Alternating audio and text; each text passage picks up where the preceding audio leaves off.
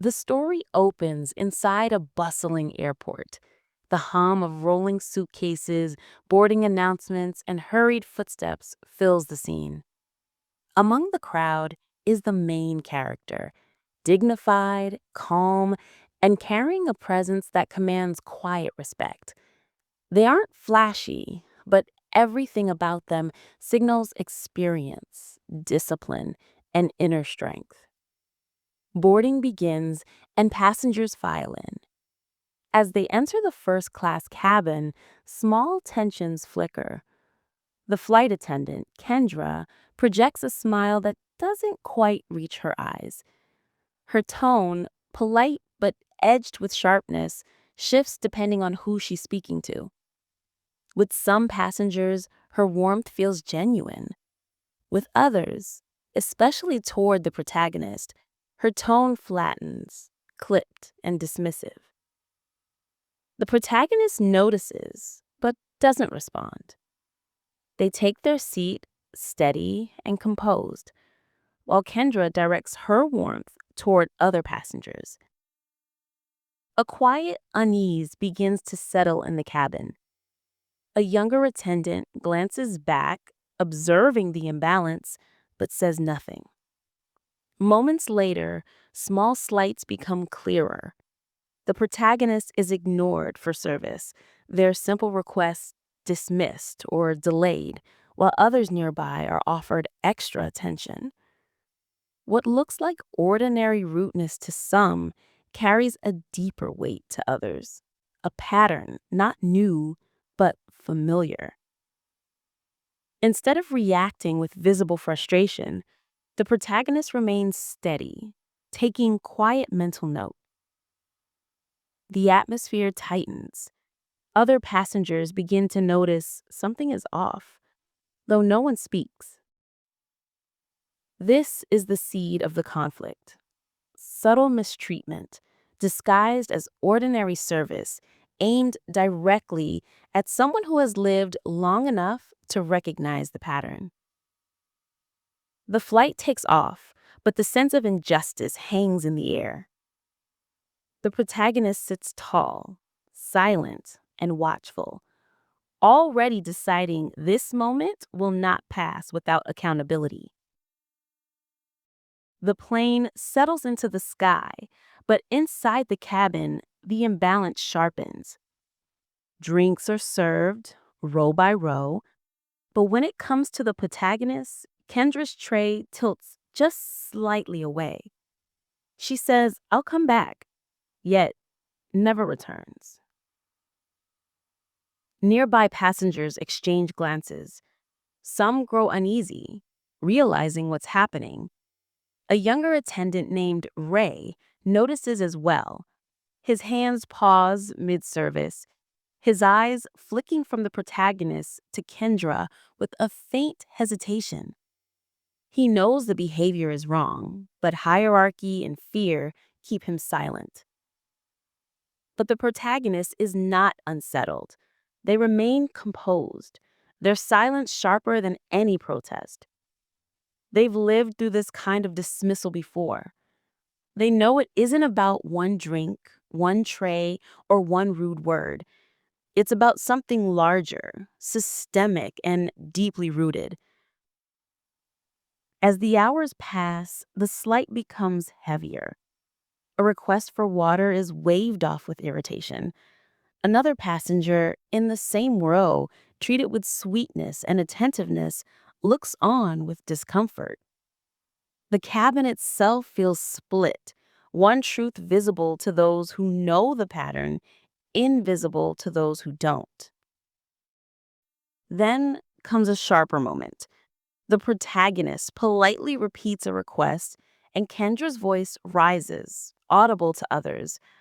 "I already told you, sir, ma'am, we're busy. You'll have to wait like everyone else." Except everyone else has already been served. A hush ripples through the cabin. Some passengers shrink down, unwilling to intervene. Others stare openly, sensing something is wrong but not naming it. Ray looks away, shame tightening his jaw. Through it all, the protagonist doesn't flinch. Their calm composure contrasts starkly with Kendra's growing hostility. And in that silence lies a decision not to fight in the aisle, not to match hostility with hostility, but to quietly ensure this injustice will be carried further to the places where real accountability lives. The moment passes, service continues, the flight presses on, but something has shifted.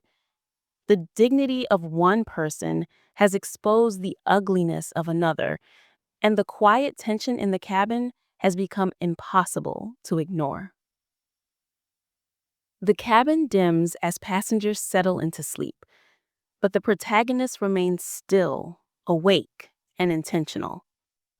What appeared as passivity was never weakness, it was calculation. They open a small leather folio tucked neatly in their seat back. Inside are documents, codes, and an access line few on the plane would recognize.